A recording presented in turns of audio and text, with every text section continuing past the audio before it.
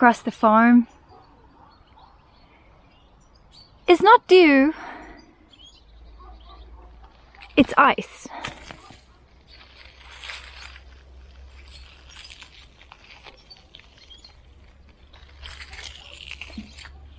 It's like the world was covered in a fridge last night. It is unbelievable. Everything is iced up.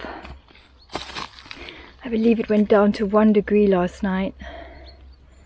This is just crazy.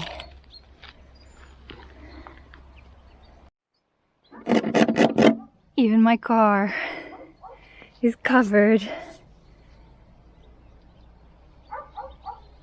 in ice.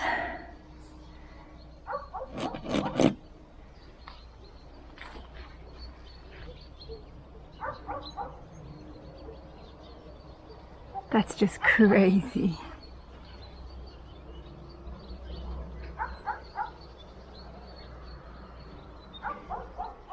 Good morning and welcome to a chilly Castelo Branco region. The temperature has been getting colder and colder. I didn't think that it could, but we have been consistently waking up to frost in the mornings. It is icy, icy cold.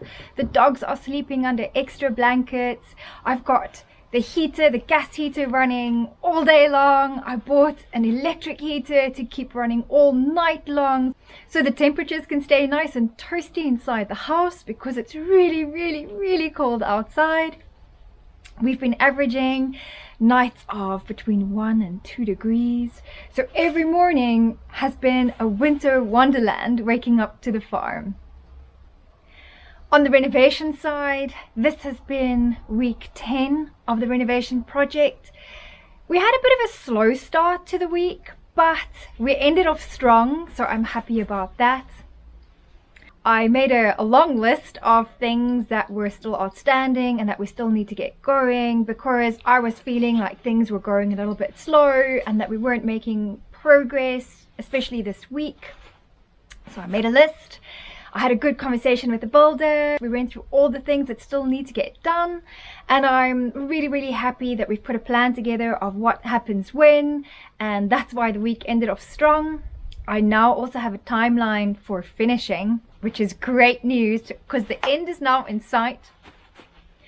I gave them some extra things to do because originally we were pretty much at a point maybe in the next week where I'd originally given them the instructions for the renovation. I was going to do most of the finishings myself, like the floor, the painting, the tiling and things like that. But because I'm so limited on time, I've decided that I'm going to include that in the project, and I've asked them to actually do the finishing for me as well. The tiling, the painting, the floor, so that I can have that space completely finished, move all my things from the structure that I'm staying in at the moment, the side that I'm staying in at the moment, to the completely finished space, and then I can maybe start cleaning off and start finishing things on the other space. We also still need to fit the fireplace, of course, which will happen at the end when this side is completely finished. So, because that's going to be one big mess, of course, and I don't really want that mess while I'm still staying on that side. So the good news is it looks like the finish line will be 2 weeks from now. I'm really excited because that means in 2 weeks from now, hopefully I can have a warm shower with running water in my own bathroom inside the structure. Really excited for that. Speaking of water, thank you so much for all the comments on the previous video with what I was thinking about doing with the water, taking it from my well. It already comes down to here from the well. I was then going to run a pipe into an IBC tank, from the IBC tank pressure that into the house. But because of some of the comments, thank you again so much for all the ideas. I really, really do appreciate them because it helps me just work through all these things, all my plans, and then I can make a good decision based on some of the feedback as well. So I've decided that since the water is running all the way down here already, maybe I don't need to stick it in an IBC tank. So I've decided to run the water from the tap where it comes here. We're then going to pipe it to the section where we're eventually going to have municipal water. Again, that could take months, so it will be good to have the pipes nicely tucked away, out of sight. So we've come up with a plan, and let me show you what that plan is. We're going to run a pipe in this trench that they dug this week.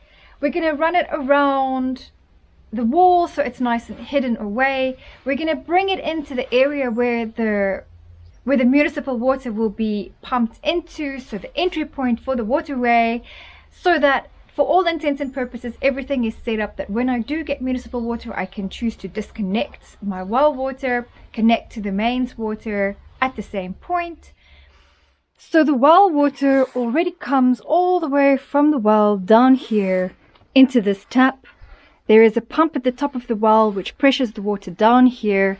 This tap opens here, and there is actually another lever that used to run water directly into the house where they had a washing machine. Now that one runs down here. It already runs underground, and we actually discovered it when we were digging the trench here. So the thinking is to use this pipe, reconnect it, since there's already water coming down here, reconnect it, actually run it down this trench that they've dug. We take it all the way around just so that it can be a little bit neater. So it's going to run all the way around past this wall at the back, coming round, so completely out of sight. And I know you can't really see that wall, but there it is.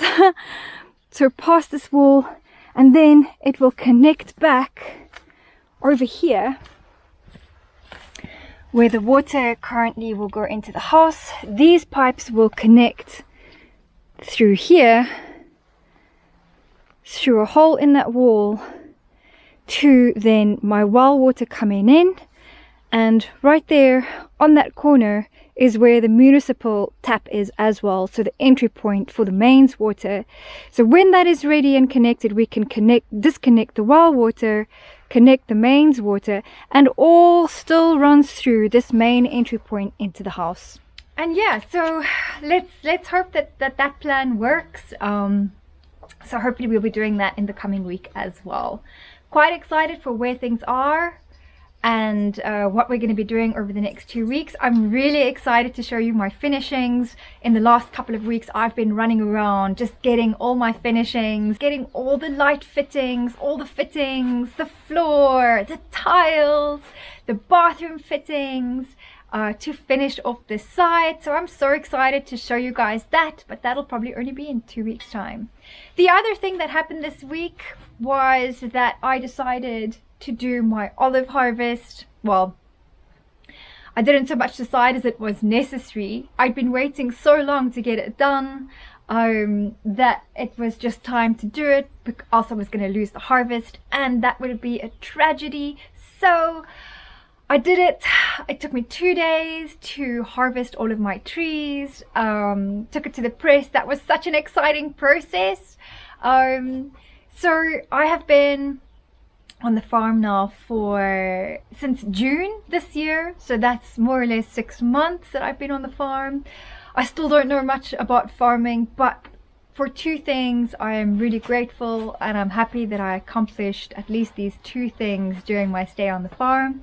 And the one was my grape harvest, and to work with someone to work with a winemaker to turn my grapes into wine, which I should get early next year. And the second thing that I'm really grateful and happy and proud of myself for is getting the olive harvest done, taking it to the press, and actually getting my own olive oil back in a couple of weeks time. I'm really excited for that, and I'm really proud of myself. If that is the only thing that I could do with the farm this year, then I'm happy. But let me show you what's happened on the farm this week. Hello and welcome. I'm Christine, an expat originally from South Africa. I moved to Portugal in October of 21. This is my adventure as a solo expat on a farm in Central Portugal with my 2 fur kids, Shakti and Shiva. I've never owned or lived on a farm, but I moved to Portugal in the hope of fulfilling a lifelong dream in finding an open space, subsistence farming, and a safer, better life. Now that we have found our farm, the second stage of our journey begins. I have to figure out farm life while renovating an agricultural structure to make it habitable and turn it into a comfortable home for me and my fur kids. Follow along our journey. This is Girl Meets Farm. So it's time for the olive harvest, and if I don't harvest my olives it will be quite a tragedy. So I finally managed to get some time to grab all the tools that I needed, and I'm going to try my hand at the olive harvest. I had some experience with Gert and Luca showing me the ropes a little bit when I went to go and help them for a few hours. But unfortunately I don't have any help, no one could make it, and I need to get it done before the rains come. So I have this afternoon, maybe tomorrow, maybe the next day, maybe 2 days total to try and get my harvest done and see how far I can get. It's all I can do, so let's have at it.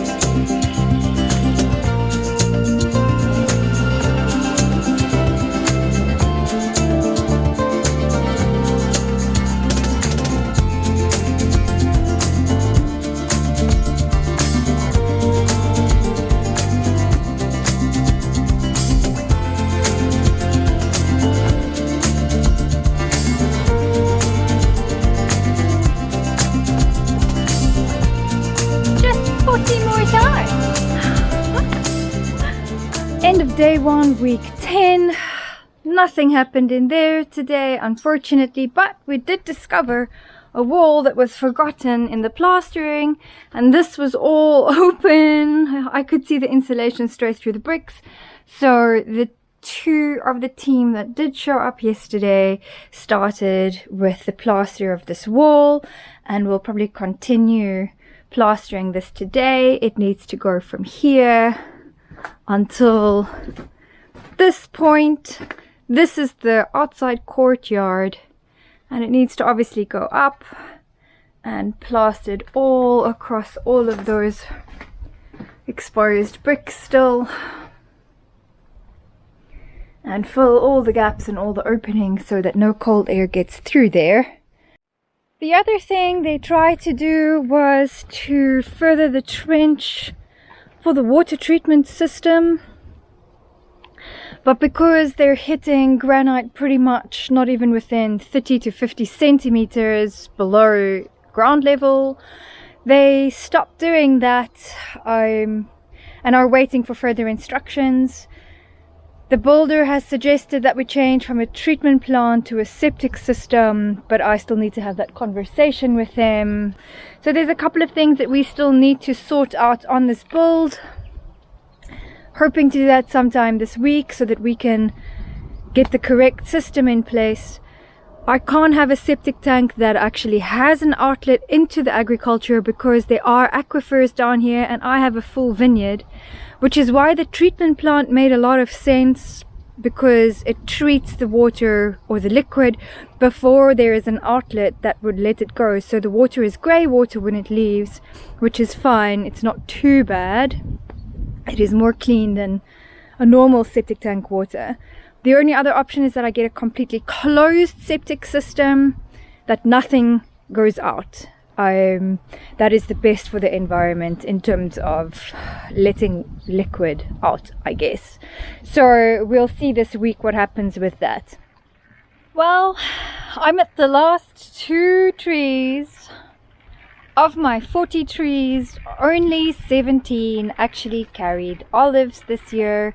It's because I was a little bit late, and also we had a harsh summer, so that was to blame. Next year, if I do have olives, because next year I'm actually trimming my trees, so on my next harvest I'll certainly harvest them early, just as the presses open, I think, which is at the end of October, beginning November for sure, to get the best out of my production, my harvest. It's been a really tough 1.5 days about. I've been harvesting all day today. Yesterday I did 5. Today I've done 10 so far, and I've got these 2 trees to go. They're huge, as you can see, like really massive. So let's hope we get a good harvest from these 2 trees. Day 2, week 10, and today this wall was finished. It's looking really good. That looks really nice actually. And on the inside it's a bit dark, so I'm not sure how much we're gonna see. The concrete around the door frame was finished mostly. There's 1 or 2 more places where the supports are stuck in. That still needs to be done. 11 buckets full. Made 8 olive bags full. Let's see what I get from the press. And then it was time to go to the press. I arrived and waited in a queue for my turn, pulled my car up, and then the fun began. I had to pour the olives down the chute, and then it runs up this conveyor belt, or a series of conveyor belts, to be cleaned, weighed, and eventually put into the very large container with a mix of all the olives received that day.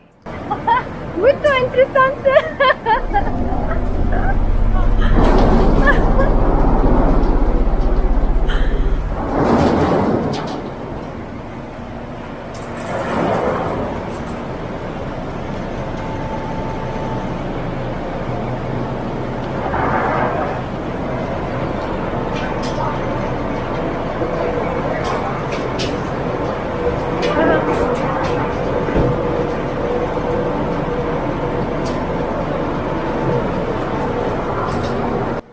Once it's all taken in and weighed, you get a receipt for your olives with your weight.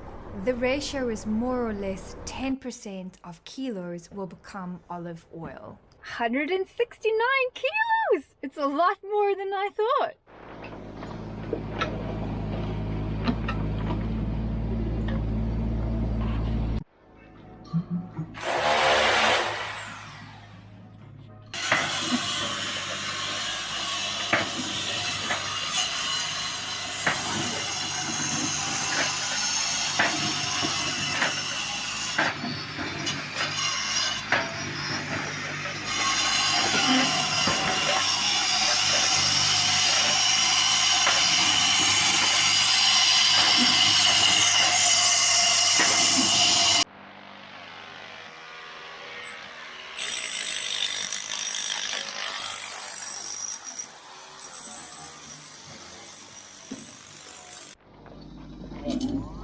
This is a good fall.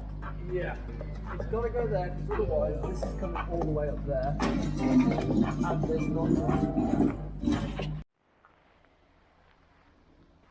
End of day 3, week 10, and it was all hands on deck today to try and dig out this waste trench from the structure, from the bathroom that leads all the way down here, and that goes all the way through here to eventually meet up with the septic system that we'll be putting in.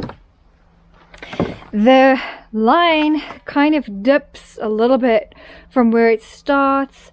Slowly, this should get deeper until it eventually meets up with the septic tank. Now, it was all good going. As you can see here, it looks pretty good, and they made really good way here.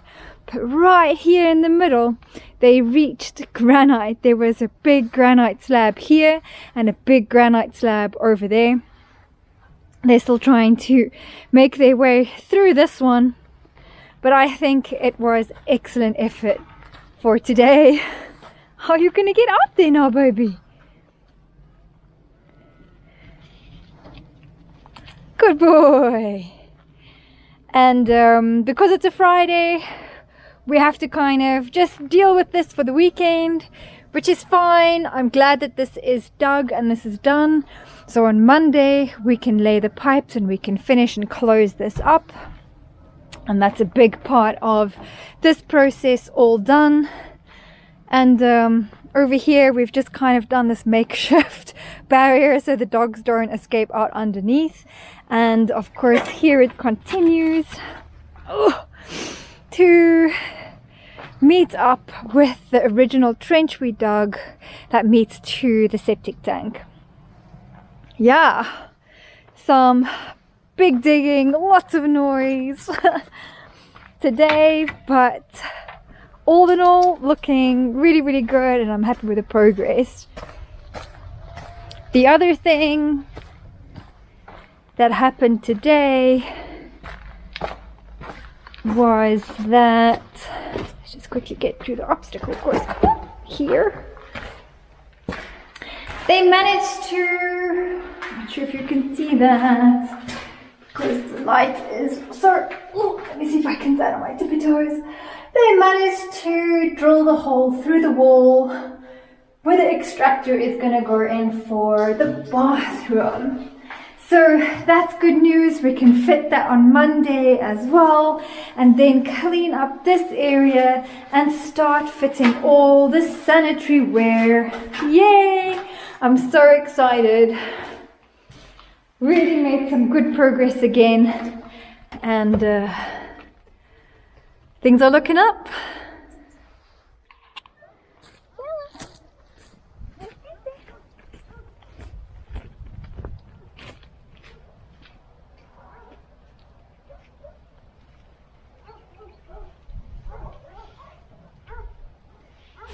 Catch you next week.